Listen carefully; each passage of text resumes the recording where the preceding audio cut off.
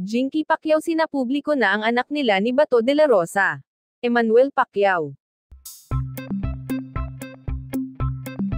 Isang nakakagulat na revelasyon ang isinapubliko ni Jinky Pacquiao, na nagsabing ang kanilang anak na si Emmanuel Pacquiao ay anak umano niya kay Senator Ronald Bato de la Rosa.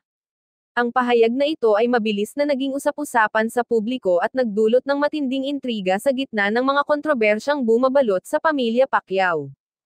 Ayon kay Jinky, matagal na siyang nagdadala ng bigat ng lihim na ito, ngunit napagpasyahan niyang isiwalat na ang katotohanan. Panahon na para malaman ng lahat ang totoong kwento. Ang mga anak ko ay mahal ko, at hindi ko na kayang itago pa ang katotohanan, aniya sa isang panayam. Ipinaliwanag din niya na si Emmanuel, na kilala rin bilang Jimiel, ay may karapatan na malaman ang kanyang buong pagkatao.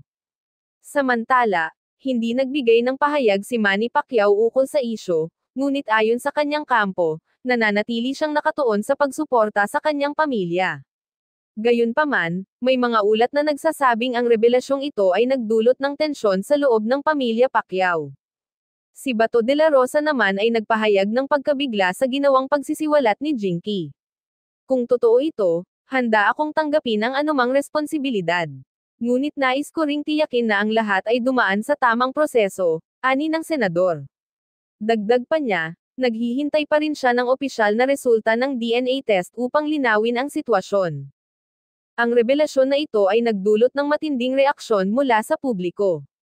Maraming netizens ang nagpahayag ng suporta kay Jinky sa kanyang desisyon na magsabi ng totoo, ngunit may ilan ding nagdududa at nananawagan ng higit pang ebidensya.